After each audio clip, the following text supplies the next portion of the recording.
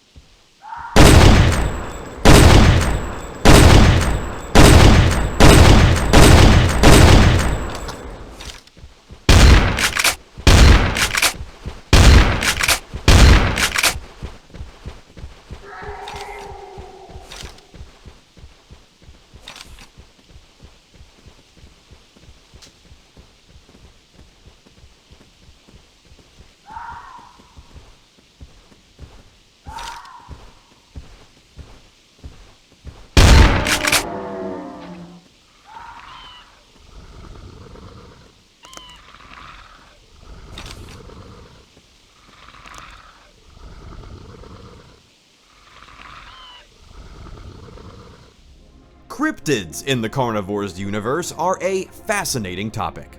As I mentioned in my Delphius Hills Ghoul video, when you have an animal considered a cryptid on Earth that's readily available to hunt on a different planet, what would that planet's cryptids look like?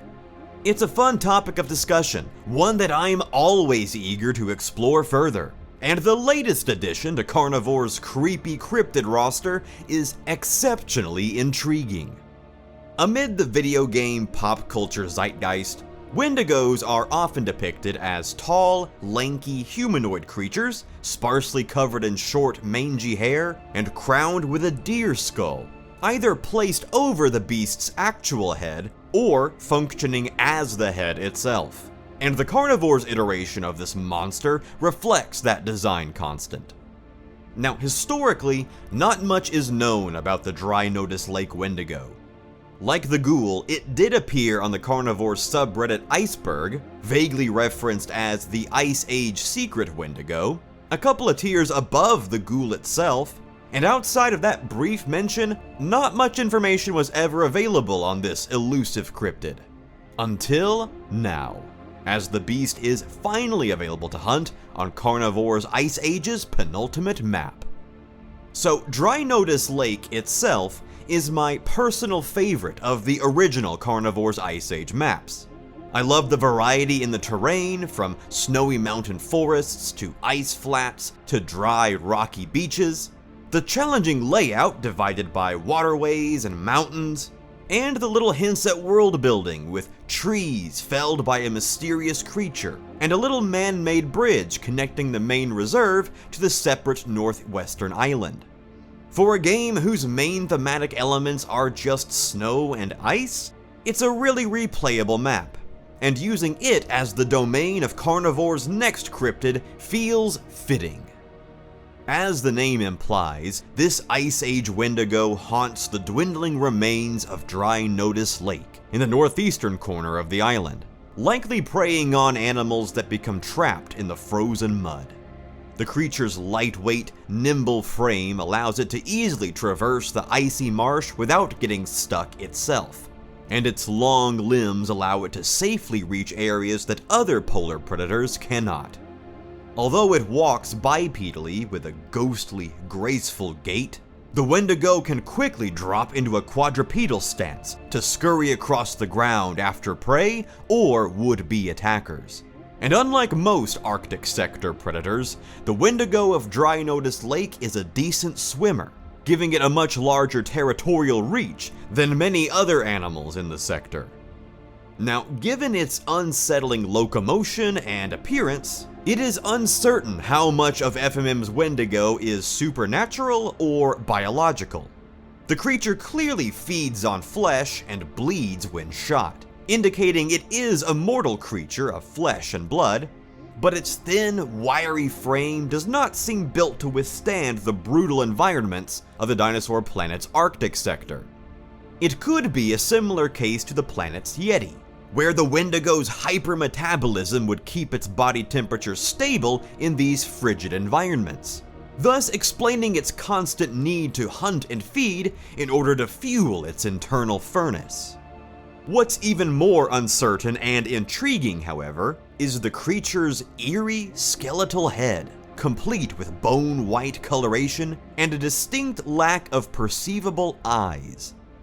Although Dino Hunt scientists are unsure, it could be that the Wendigo's eyes are so small that they blend into the dark orbital patches, although this would not be beneficial for a sight-based nocturnal predator hunting in dark environments.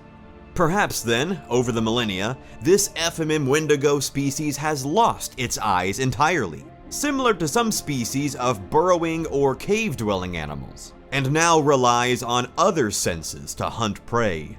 Or perhaps the creature is not quite as biologically based as had been presumed, and might rely on more supernatural methods of hunting its victims. Out of its skeletal jaws come warbled, trumpeting howls, eerie and off-kilter in sound.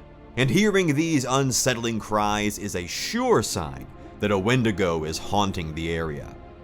Less obvious than the calls would be to look for the unmistakable horns resembling megaloceros antlers that crown the creature's pale skull, perhaps used by males competing for breeding rights. Or perhaps used to lure its prey into a false sense of security by mimicking a megaloceros in appearance. Whether that be a megaloceros herd lulled into a false sense of comfort by seeing one of their own, or perhaps even other predators like a smilodon, tricking the mammalian hunters into thinking they are stalking a lone megaloceros bull when in fact they themselves are being hunted. Some researchers even hypothesized that the horns are covered in a sensitive skin membrane that detects and amplifies sound waves to compensate for the cryptid's poor or complete lack of vision. Regardless, the Wendigo does not seem to use its horns in interspecific interactions, instead preferring to use its dagger-like claws and sharp teeth to disembowel its prey. While not quite as infamous as the ghoul or the Yeti, the dry Nodus Lake Wendigo is still an unsettling creature of unknown origin, and easily ranks among the most elusive and terrifying creatures on the dinosaur planet. I think this Ice Age Wendigo add-on is fantastic, and really captures that horror theme energy that I've always wanted to see out of Carnivore's Ice Age.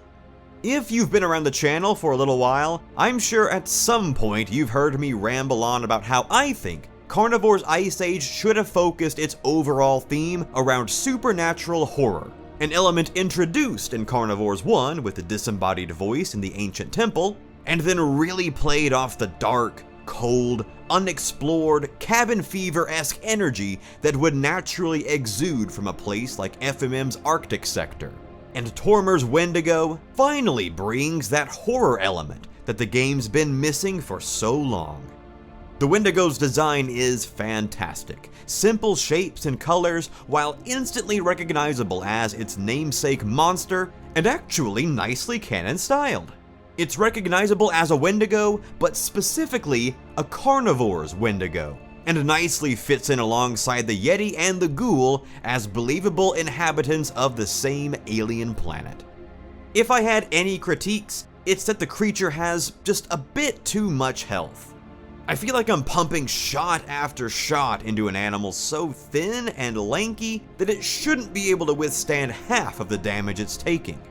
Now, that could be due to its more supernatural nature, but personally, I feel that the challenge of hunting an animal like this is not in how many rounds it can absorb, but in its speed and low-to-the-ground offensive stance, along with its unpredictable movements. It's not a bulky animal, it's built more like a cheetah than a lion, relying on speed and maneuverability to keep itself out of harm's way until it gets close enough to strike. So I think reducing the amount of health it has and allowing its speed and maneuverability to provide a challenge would be a nice way to balance it out. Of course, the Wendigo is a Modders Edition engine creature, programmed to specifically roam Dry Nodus Lake. And Tormer has included installation instructions in its ModDB download, which you can find linked in the description below. Alright, so there you go guys, another new FMM cryptid is available to hunt in Carnivore's Ice Age. And now, I want to hear from you guys. What do you think of the Ice Age Wendigo? Have you managed to find and hunt one? What other creepy cryptids do you think are lurking in the depths of the dinosaur planet? Be sure to let me know down in the comment section below. Thanks as always for watching, guys. You are all truly the best. Happy Halloween, and I will see you guys next time.